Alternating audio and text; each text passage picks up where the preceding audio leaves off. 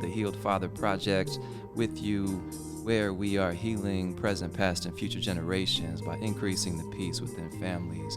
So grateful to be here with you all. Before we dive into the regularly scheduled program, we're just going to begin, as always, with 3 conscious breaths. Starting now, breathing in.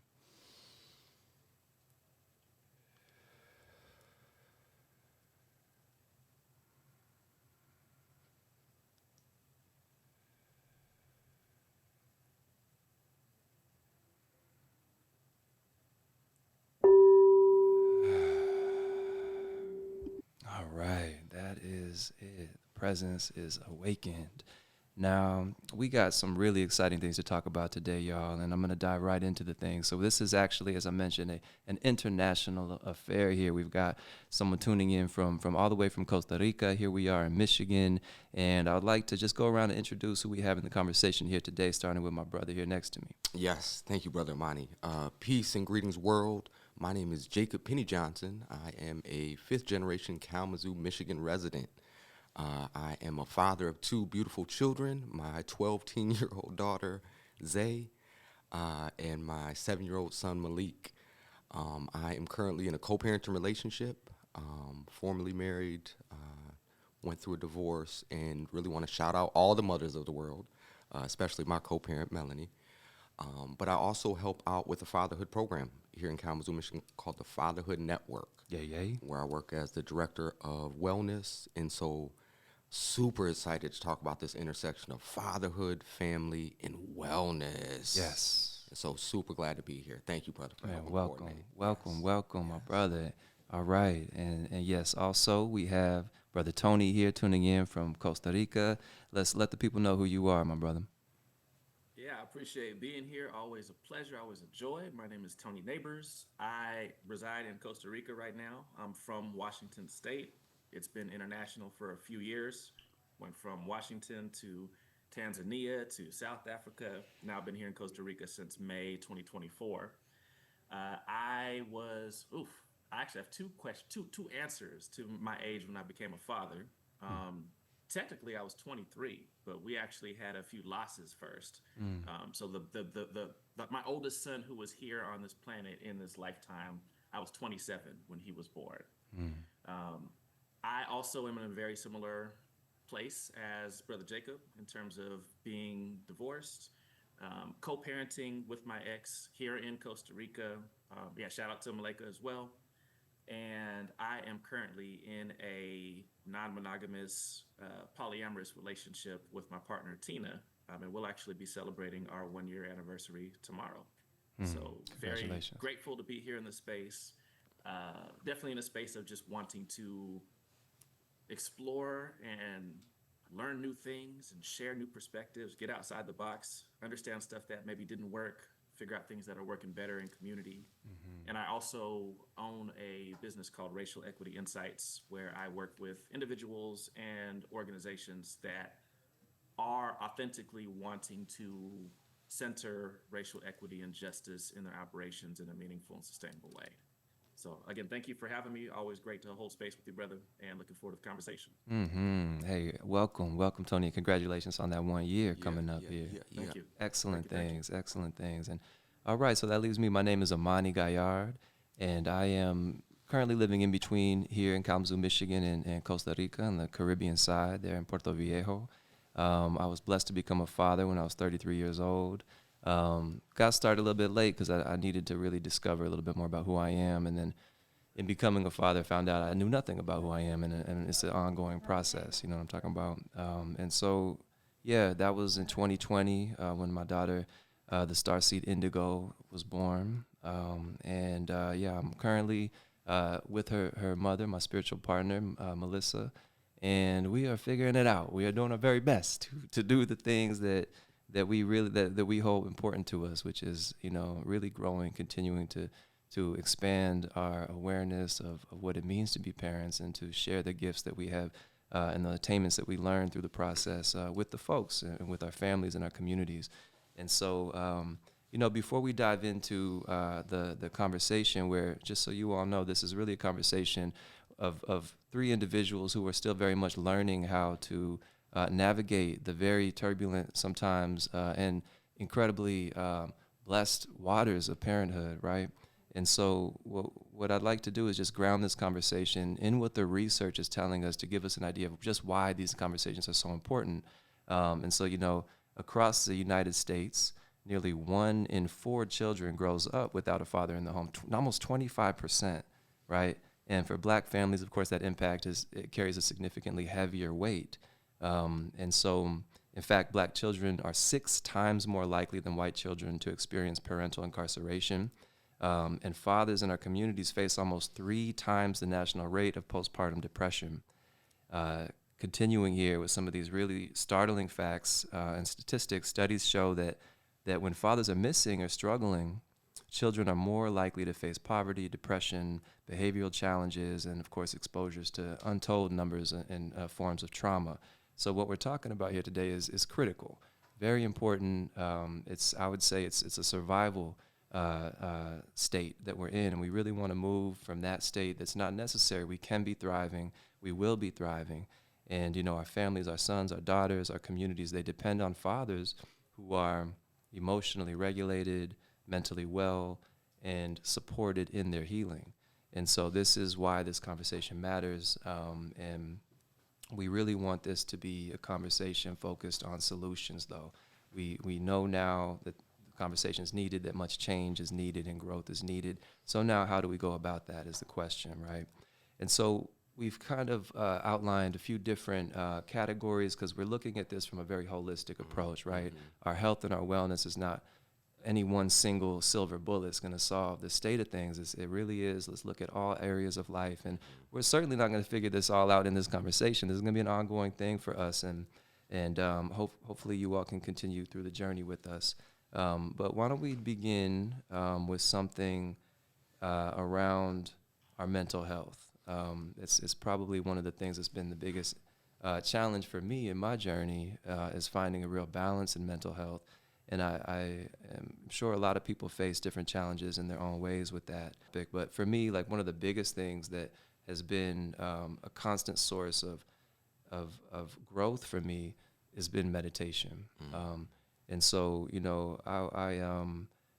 I personally really have had kind of a on and off relationship with meditation throughout my life. And it wasn't until I really became disciplined in my approach to just sitting for a few moments a day, not to perform this for anyone else. Like I realized a lot of what I had been doing was very performative in an odd way. You know what I mean? Like we want kudos for doing some of the things, but I think the biggest changes happen for us when we do it from a place like the intent that is behind whatever it is we're engaging in really matters as far as what will come from that. Pardon me. And so just a tool, if you all listening have not started some form of meditative practice, and this doesn't have to be in any dogma, it doesn't have to be aligned with any specific religion, all we're simply speaking about is creating time in your day for stillness, for inner reflection, and to really begin unpacking some of the things that may not be so fun to think about or feel, and that's kind of what happens when you take the distractions away. You're faced now with the things that are really preventing yourself from feeling and embodying and exuding peace, right? And so that would be my number one recommendation for fathers, for children, for mothers, for everyone, really. If we can meditate, we really will be giving ourselves and everyone in our life a gift of awareness, of presence. And so how about you all, just jump in as you think for yourselves, like what are some of the key components of making sure that you have a really solid foundation of mental health that you can operate from. And of course, that's going to have times where it looks different and it's going to rise and fall. But anything come to mind, gentlemen, when you think about protecting your mental health? Yeah. Woo, you said a lot there, Brother Amani, and appreciate you posing that question. For me, I will say, one, I just acknowledge that as I've aged, my mental, emotional wellness and capacity has fluctuated. And so for me, what that looks like is my capacity to endure certain levels of stress or drama have gotten smaller as I've aged. Through my divorce, I picked up a few tools. But one, I want to go back to what you said, the power of meditation, and also just highlighting within that our breath. That when we can control our breath and slow it down, the impact of that on our nervous system and how we show up with others in the world can change so much just with the power of our breath alone. But when I think about my mental and emotional wellness or journey, there's so much. So it's hard to pick just I know, one that's the thing. thing. I hear you. But when I found myself in a really kind of struggling mental emotional place, I hate to be cliche, but something that really helped me out was therapy, man. You know, going through my divorce and having someone that was certified that I could talk with in confidence and really just open up was Yeah. so helpful. In addition to that, I have to shout out the program that I work for, the Fatherhood Network. And so a lot of our work is supporting men around mental and emotional health. And one of the ways that's showed up for me in a real supportive way is through something that we call dad cafes, where it is just a open opportunity for men and fathers in the community to come and just check in with each other and say, hey, how is my week going? And you know, having an agenda, but also just having some open space where men can just kind of check in with each other Yes. and release a little bit. And so that's been super helpful. I'll also add, and I promise I'll be done because it's hard to just pick No, one. go ahead. Go ahead. Is I'm super grateful to have a network of some men and people in my lives that I can be open with. And by open, I mean like cry. You know what I mean? I have had men that I have been able to like, brother, I'm just hurting, and I'm just hurting. And brothers that are just like, it's okay. Yeah. And so Yeah. to have men that I can literally cry around has been very helpful. And those men know who they are. 1,000%, man. Man, I hear that loud and clear. Whew. Yeah. Yeah. So needed, man. All right. How about you, Tony? What comes to mind for you? Yeah, for sure. First of all, just forgive me. There's a little bit of sound in my background. Someone just came over to fix some things, so You my good? apologies You there. good? Um, I just want to just shout out both of y'all. It's very exciting for me to be in a space with brothers who are talking about things like meditation and therapy and breath work and all of that. I feel like there's just not a lot of spaces where that's a thing that we're talking about. This thing that we're doing. So that's very exciting for me to be in this space with y'all. So I don't want to repeat too much of what's already been said. So maybe just some things I'll add as a plus to everything that y'all have already talked about. Um, Movement has been something that I've been looking to just get better at. Like anxiety has been a pretty big thing for me this year, just with so much change in life and the ending of a 19-year relationship and all those sorts of things. So I've had to get really on it in terms of when the anxiety symptoms are popping up. How do I manage that? How do I proactively manage that and all that? So movement has been helpful. Going out and taking a walk, getting out in nature. I definitely recognize that I have a privilege of living close to the beach that not everybody has. But even when I was in the States, I was in driving range to nature still. I could still at least get to the forest or get to a lake nearby or something like that. So nature, movements. My therapist has recently put me on to tapping. So just different ways of it's EMDR, is that the I acronym? know what you're Like talking there's about. ways that you can use tapping. Yeah, like ways you can use tapping, and it like does something with the ways that your brain stores anxiety to kind of reduce those symptoms. Um, Definitely, to plus one with community too. So, Brother Jacob was talking about having a group of men.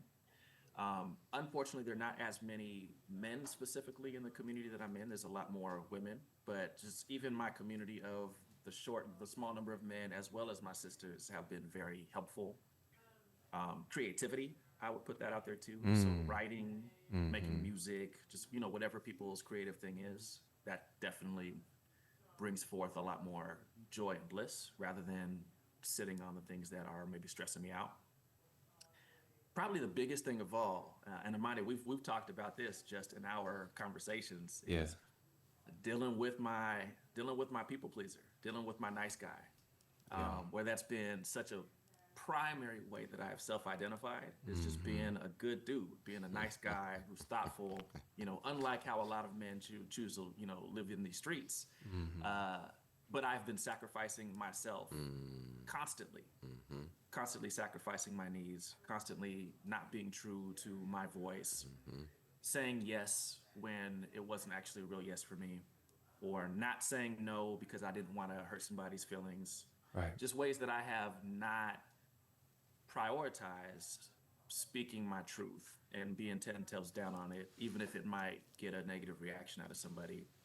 Because, again, so much of my self identification has been, I'm not one of these problematic dudes out here who are unsafe. And I will continue to be that. But this is a way that my therapist has been. Oh, by the way, do I need to keep it clean? Can we cuss Ah, here? no, this is everything Okay. goes. Yep. Just we making sure. we Ways explicit. that my therapist has It's been real. whooping my ass is just basically bringing to my attention, the ways that I want people to have a particular perspective about me. That's not always true to how I'm feeling. And that also that people pleasing is a form of manipulation, which it never occurred to me that was the case. Right. So it's manipulative and it's also harmful to myself because I'm not speaking my truth. So 2025, that has been such a big thing, is how do I continue to be open-hearted and vulnerable as a man, and then also not be afraid to speak my truth, even in spaces where the reaction might not be the most positive. Absolutely, man. Thank you for sharing that. I resonate with all of that, and that particular thing of like the people pleaser, the being overly considerate is something a lot of us deal with. I think it's kind of like a pendulum where typically we have these coping mechanisms as humans, but especially as men, where we either are going to be like the really emotionally absent, avoidant, sort of just checked out individual who's like the bad guy, who's demeaning and uses that as a strategy to move through the world and through relations, specifically with the most difficult relations like our partners, our co-parents. And so those things get exposed on either side of the spectrum, right? Because either way, there's a root cause that those coping strategies stem from. And so, thank you all for sharing that. I think in our community too, like we just need to normalize some of these things because a lot of things get labeled as like white shit, like therapy. We've come a long way since then. And I do see a lot more adoption of things like therapy in our community, but we just need to continue that. And those conversations amongst each other like this help us to do that. You know what I mean? If I can, real quick. Woo, y'all brothers, man. Y'all just said a lot in a little bit. Whoa. And I just want to reinforce real quick and just, I also resonate with literally everything y'all just said in terms of people pleasing. My background is social work, and so I've been in a helping field for a long time, and this idea of how we show up in the world in terms of pleasing others or how we show up in relationship to others. And like you said, Brother Amani, how much that's tied to our early childhood experience. And I'll go even further and specifically, thinking about this conversation, how much of that is tied to our relationships with our fathers or men in our life as early children. Right.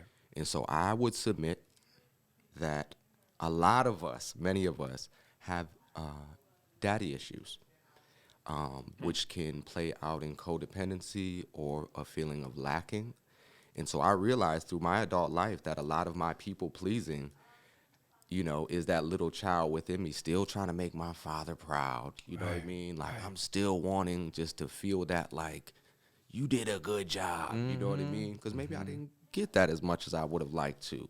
Right. And that still in my adulthood, there is so much unpacking around how I was conditioned or raised as a child. And then also what you said, thinking about the global, and I love that this is a global international conversation, tapestry of fatherhood and what that term means, fatherhood, babahood.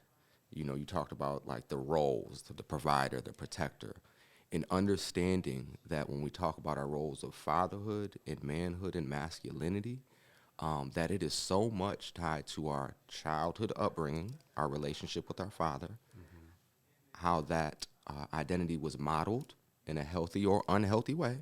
So a lot of us, myself, I was speaking for myself, we're unpacking childhood trauma. Right. and things that were not healthy in terms of how we grow up in adulthood, but also understanding the global tapestry of father and how like systems impact our role in families and fathers specifically, and that it's not a monolith. That fatherhood in Costa Rica or in Ghana or in Ethiopia may look different than fatherhood in Kalamazoo, Michigan, and that's okay. Right. That it's not a one size fits all. And so, just wanted to uplift that. Thank you. And thank y'all, brothers. Oh, yo, no, that's such an interesting thought because it's not even a monolith. It's like an individual. It's all the way down to the granular single man in that in his unique experiences. You know what I mean? Because it really is. Yet we do have certain things that can help all of us if we engage in them. Without a doubt. And like there's this unifying field that we all can tap into where the healing this is why I really mean it when I say we're healing past, present, and future generations, because that's what's happening. The healing that I'm doing is sending out ripples to my brothers, to my family, and to the whole world, really, in whatever way. That ripple effect's real. You know what I mean? And so, yeah, man, it takes courage. It takes a lot of courage to be doing this because I've been humbled so many times. We talk about in a lot of wisdom traditions, these little mini deaths, right? We're dying to the past every moment, really. And when we can really create an intentional way of living, then we're going to be faced many times with just humility. Bro, like, let's just call it really what it is. A big thing about what fathers need to get rid of is this pride and the ego space. And not to say that ego is totally, we have to really analyze ego, because there are some aspects of ego to me that we have to really welcome and embrace, right? But it's when it gets out of control, and when it does. So this is, to me, like when we talk about the divine masculine, right? This is something we've all heard. It's kind of become a catchphrasey thing, but there's a reason things become mainstream like that phrase. And to me, I think it's important for all of us to just identify what does that mean to the individual. And it's really simply presence, like being able to be present in each moment to moment throughout all the various challenges that we may face allows us to be in expression of that divine masculinity. That then, because God knows, like, the women in our lives, all the women in our life deserve to have men who are who can be present, not worried about tomorrow, not overly concerned about how they looked at this or that, and who's able to let go of the pride long enough necessary to really listen and hear for what the moment's calling for, right? And so I think that's been a huge tool. Again, it's enhanced through meditation, through intentional actions that allow you to just be here now, right? And our society does not encourage this at all, by the way. They're actively trying to get us out of the present. Yeah, capitalism. Right. Right. Yeah, man. And so when I think about some of those moments where I've been able to really listen in through a present lens in very difficult conversations with my partner, that's allowed me to man, first of all, she can hear that presence, and I'm just able to be way more available from we're more capable if we're present, right? We know that we're way more capable from that perspective. And so, all right, well, I think we've done a really, really well-rounded way of kind of looking at mental health. I started to allude to this piece that admittedly has been very difficult for me, which is financial health, right? This is a tricky one for a lot of people because you want to be present. This is the thing I faced when I was kind of in the corporate world. Is like I was working crazy hours, making relatively great money, yet I was never home, and I felt great about it. I was like, I'm doing everything I need to do. Like, you got the rest, right? And I think that's a common thing because this world we live in, especially the Western world, it really revolves around money. We have to be able to figure out this balance where we're not just solely siloed in the provider role as far as financial provisions. There's much more than that. And so, Tony, I've noticed from my relationship with you and learning more about you and your journey, you seem to be one of the men who has really been able to strike a very healthy balance in this, where you've been able to, be a tremendous provider and a presence in your children's lives, where they know who you are. You really are modeling a lot of what I would say will be really, really, man, when your boys grow up, by the way, I don't know if he mentioned, he got 4 sons coming up under this man right here. You know what I mean? And each one of those boys has a true exceptional father in you, and like in many facets, right? Including financial provisions. And so, like, what have been some of the ways that you've been able to navigate that, where you can still be present and also, you know, like really make good money? You know, that's my question Sure. for you. Great question. Yeah. I will attempt to answer that question. But I'm going to start by saying I am not satisfied with my presence with the kids.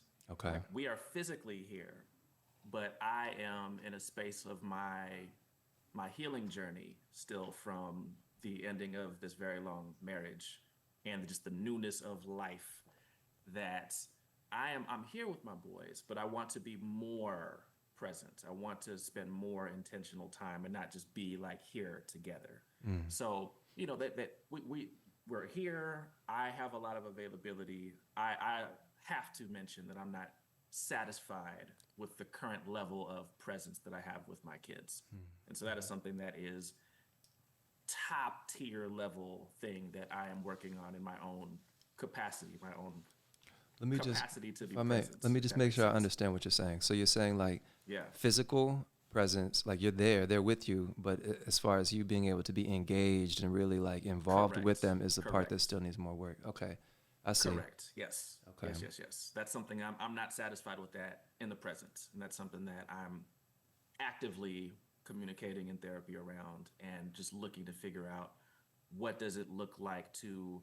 I think that the balance that I'm more working on is the balance of working on my own mental health healing while also still needing to be very emotionally and you know, both emotionally as well as like for fun, present with my kids. And so, you know, like we're sitting down, we're playing games together, that sort of thing. It's tough. I want more of that. Let's be honest, kids are annoying as shit. Let's be honest. Let's be honest. There's only so long you can get into the realms of of the imaginative space where you roll blocks and video games. Yeah. I mean, you get down with the video games. I know that, Tony. So you can maybe you have a bond. You know, I can roll with but the bro, video I games, hear but it's you, not, man. It ain't easy, man. Hey, we Thank need you for grace. saying No, that. I'm just gonna say it because we got capacities. You know what I mean? And they're Facts. often. They can be expanded, those. What I hear you saying, you can expand that capacity where, Yes. you know, maybe Yes. it's a selfishness thing for me where I'm like, man, why do all these other things suddenly seem so important? You know what I mean? All these work things, all these things, all these extracurriculars that they're like paramount. But then it's fleeting, bro. This time is very fleeting. Yeah, You look back and all of a sudden it's been the whole Absolutely. childhood's over. And now you're left with what is the Yeah. relationship with this being that you brought into the world, Exactly. you know? Exactly. And Yeah. it's tricky because like something that I have learned, that it just didn't occur to me before, is that like the word co-parenting, like we work together to make parental decisions. We're working together to make sure their education, their needs are taken care of and all of that. But on a daily basis, co-parenting means we are taking turns single parenting. So, you know, every other week, my boys are here with me, and it's me and the boys. And I you know, there's not really a lot of additional, like there's some support, but not really sufficient support. Sure.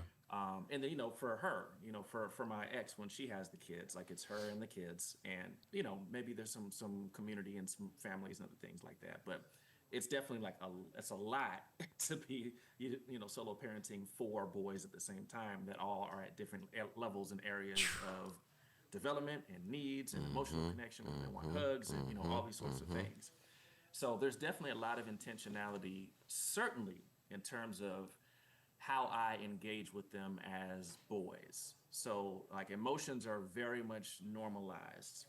Affection very much normalized. Every day they're coming up to me like, "Hey, can I have a hug? Hey, can I have a kiss on the forehead?" We're doing the "I love yous." Like all of that. That's just how we roll. That's just how we do it. And the balancing with the provider piece, that was to kind of bounce back to that part of the question.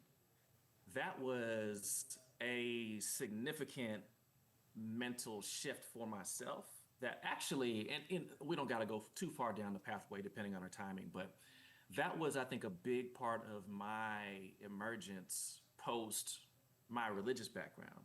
And so I grew up deeply in Christian evangelical church.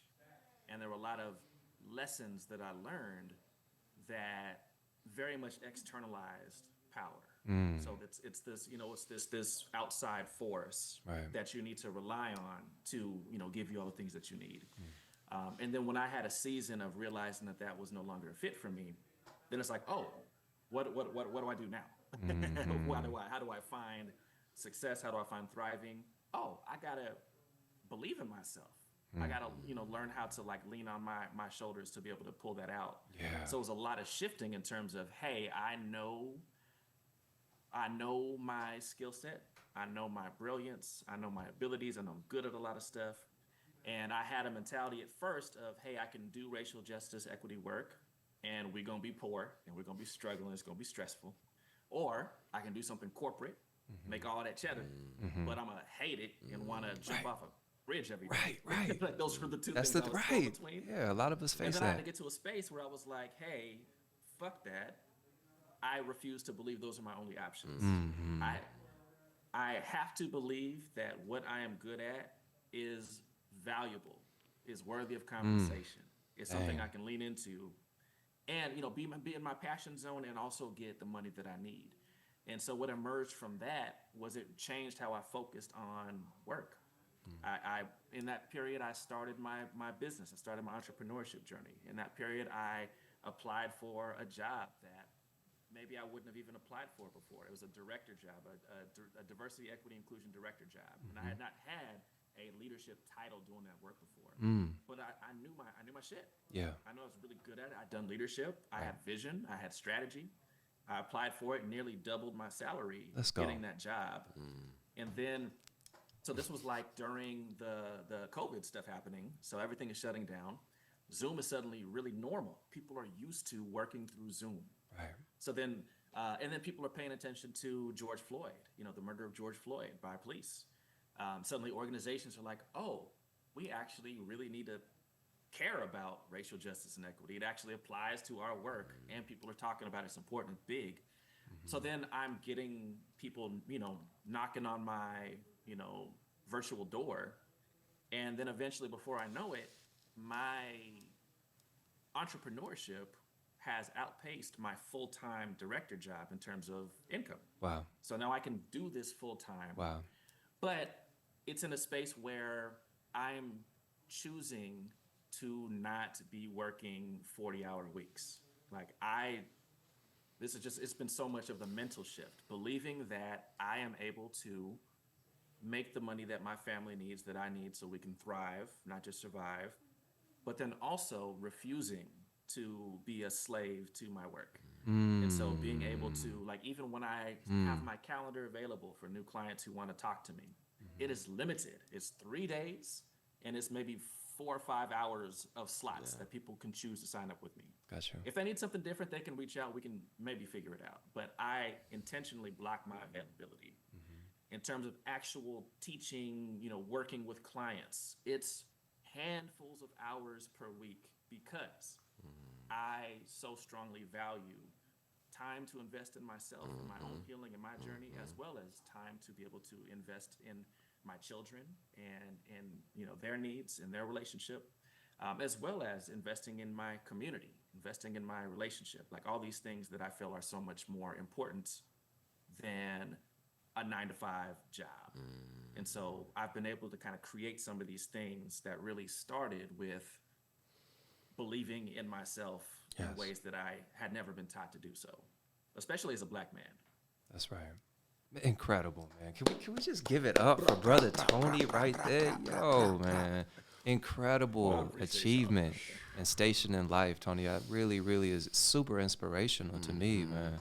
Because I know the work that went in that firsthand. Because right now I'm building Still Lotus, the holistic healing company, and I've been bumping my head for the past really year and a half now, trying to figure out how I can do this and maintain stability, and not put too much on my woman as far as to carry a lot of the bulk, and she has been, you know what I mean? And so that then it takes time. It takes time, man. It takes time.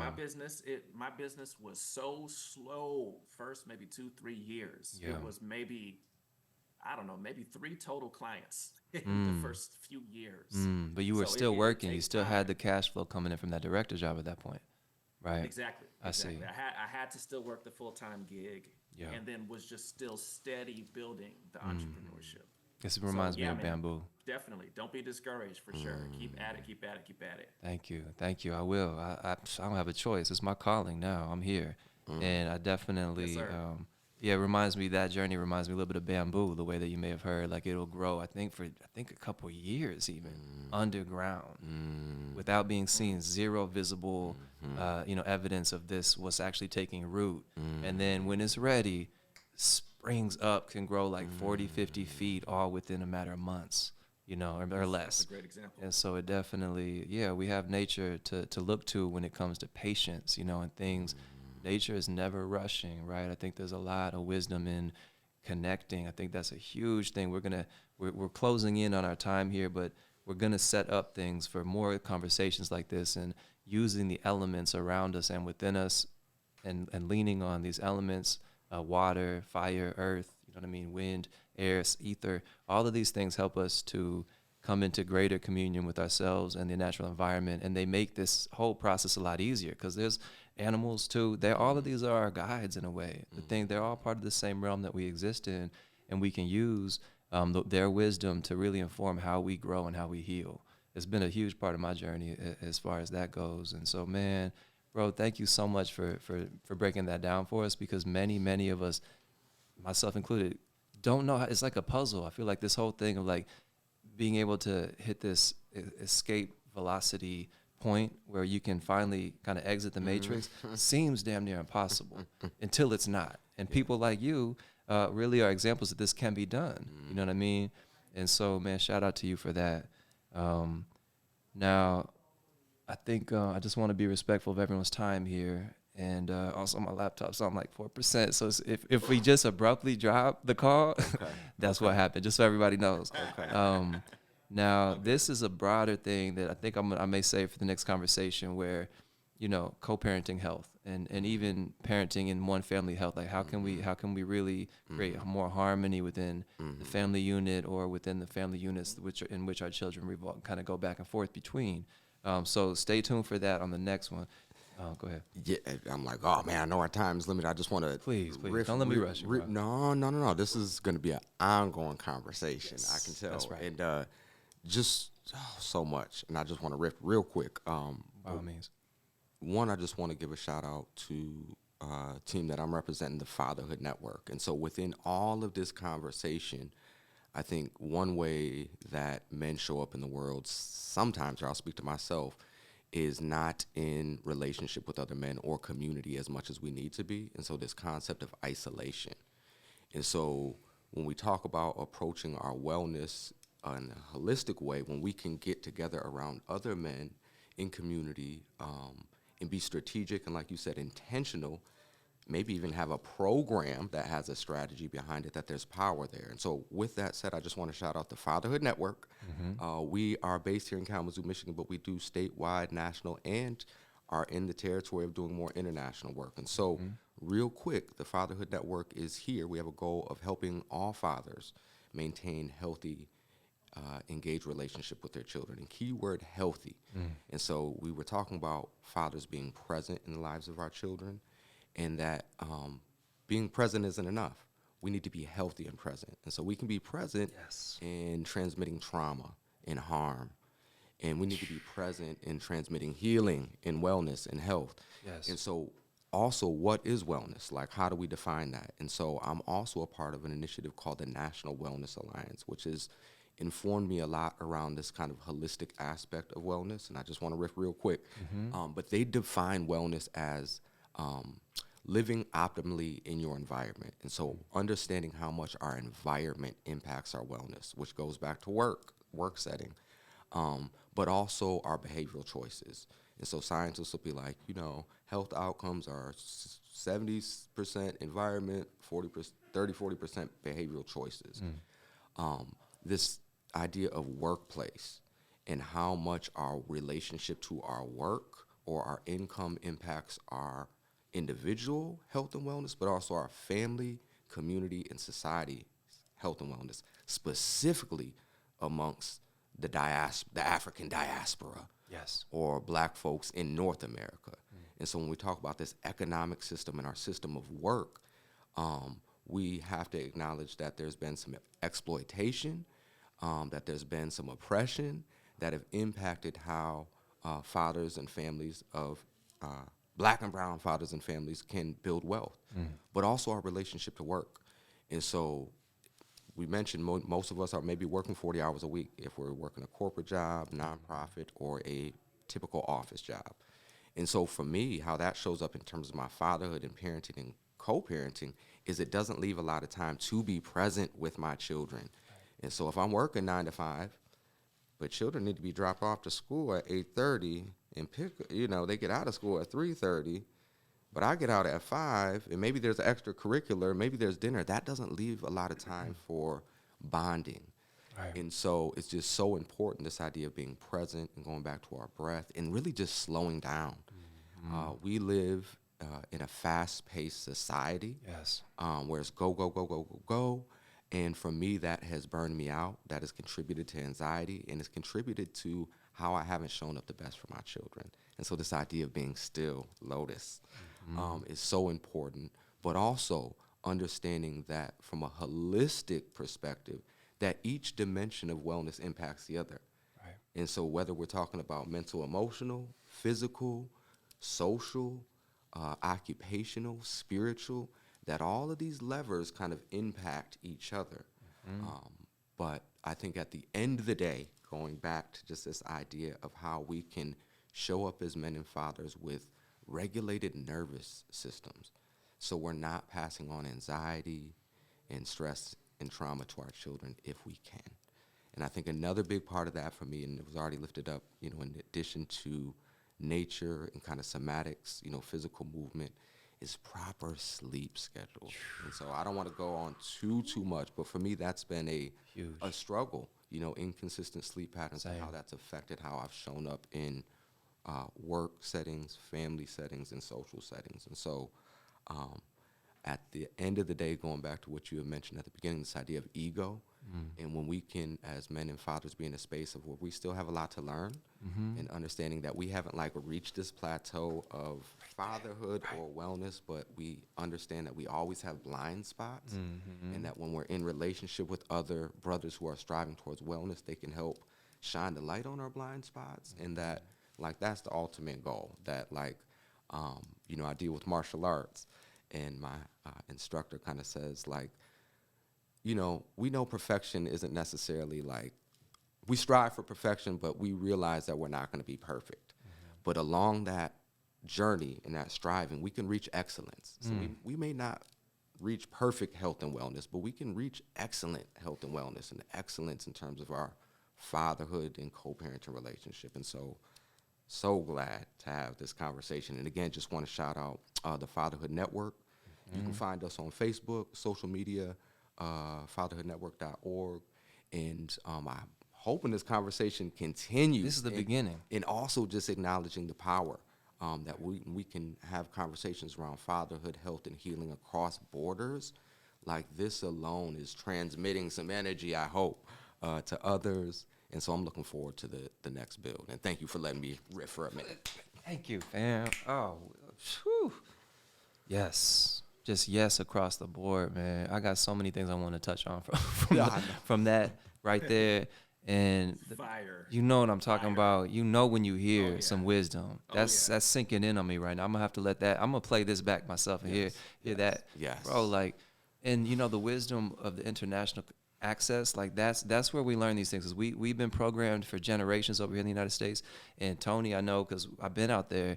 Over there, when you leave these borders, if you do have the ability to save up, if you can, you will invest in your true well-being by just gaining insight in how are other countries doing this? How are these people who have not been indoctrinated into this very Eurocentric way of becoming totally wrapped around production and the gross domestic product being the main thing we're all striving to. I don't care. I could care less what the GDP of the United States is in the grand scheme of my life, right? That's not the top priority to me. To me, it's we look at countries like Costa Rica, all throughout these so-called third world countries where the priority is each other, is one another, is slowing down, slowing all the way down long enough to really bask in the beauty of this life. Because once we have the correct ways, the correct systems in place, the correct family and networks and brotherhood in place, where then we can realize this is an exciting time to be alive.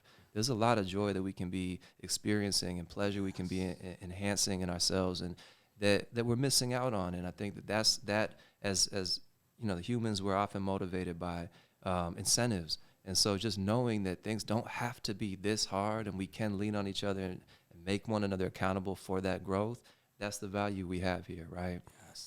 So I would like to throw it one more time to Tony. If you have anything coming up before we head out that you want to plug, any last words for the people, anything that with Racial Equity Insights that you'd like to advertise, anything that where can people see you and follow you and get more from Tony Nabors? Sure. Yeah, I appreciate that. And just thank you again for having me. It's been a joy to be here. Jacob, I am absolutely going to be looking into Fatherhood Network. A lot of what you said resonated for me, and I love the sound of that support. People can find me on Instagram at Racial Equity Insights, specifically if they're wanting resources related to that conversation. That's also the website, racialequityinsights.com. But I do want to give a special shout out to it's currently, I'd say, very much a baby platform on Instagram. It's called @TheEmotionalBlackMan.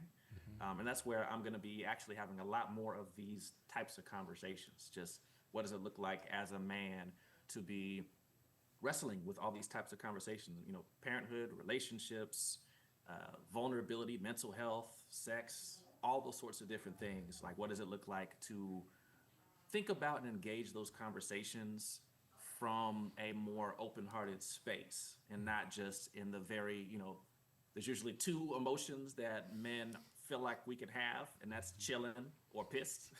So what does it look like when we open that up a little bit more? Right. And so those are things that I want to invite people into my journey. And I'm wanting to definitely be a resource for other people who are trying to have that journey for themselves too. Excellent. Thank you, Tony. And how about you, Jacob? Anything you want to plug? Anything coming up? Any events? Yeah, Anything? well, I did plug the Fatherhood Network. And so again, fatherhoodnetwork.org. You can find us on LinkedIn, Facebook, Instagram, and others. Also want to shout out to my team with the Fatherhood Network. We are planning and prepping for 2026. And so stay on the lookout for our calendar of events, which will include our list of dad cafes. Also, we'll be doing some men's health check-ins and some retreats, and some professional development. But right now, we're planning and cooking. I will also say, if you are a individual or organization who's maybe looking for support around how you can be better engaged with your children. We didn't even talk about really the legal system. And so there's a whole legal system that is making it hard for a lot of parents and fathers to engage with their children, which has a huge impact on mental and emotional health. And in my work in doing in supporting fathers over the last decade, I've seen a lot of mental and emotional health that can be tied back to men and fathers' access to their children. And so I just say, reach out. We're here to collaborate, and we want to support fathers, families, but also organizations. I think there's a big part around how organizations and systems engage with fathers also, and specifically Black and brown fathers. And so that we didn't even talk about some of the stereotypes that society puts on us around being unengaged, and around how we handle our emotions. And so the Fatherhood Network, in collaboration with our partners, is here to support organizations who want to understand how to better engage fathers. And so that's, not only within the early childhood system, but also within our economic system and many different systems, our school systems. But all I'll say is please check us out at fatherhoodnetwork.org. And thank you again for the conversation. Absolutely. You heard it. You heard it right here. This has been a beautiful conversation, y'all. I'm so grateful for this time spent with both you brothers and all of you tuning in. Truly excited about what we have ahead. The sky's the limit for where this is going to go. This has been the Heal Father Project. Still Lotus has many things coming up as well, and y'all can stay tuned for that. Once again, thank you all. I would like to close the space here in a sort of maybe unconventional way, but that's all right. We're doing unconventional things to create massive change. And so this is a simple way that we can really ground and root this conversation. through the seed sound of the universe, which is Om. I'll invite you both, brothers, to Om with me, if you will, 3 times following the next inhale. Breathing in.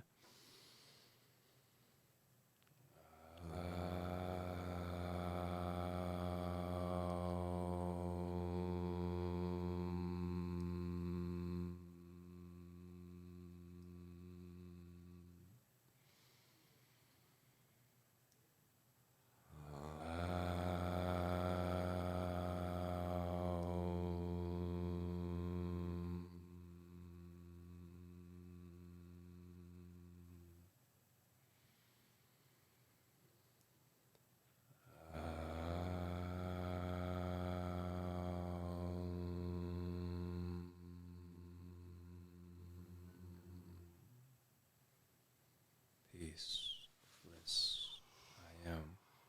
One love, y'all. We'll see you on the next one. Peace. Give thanks.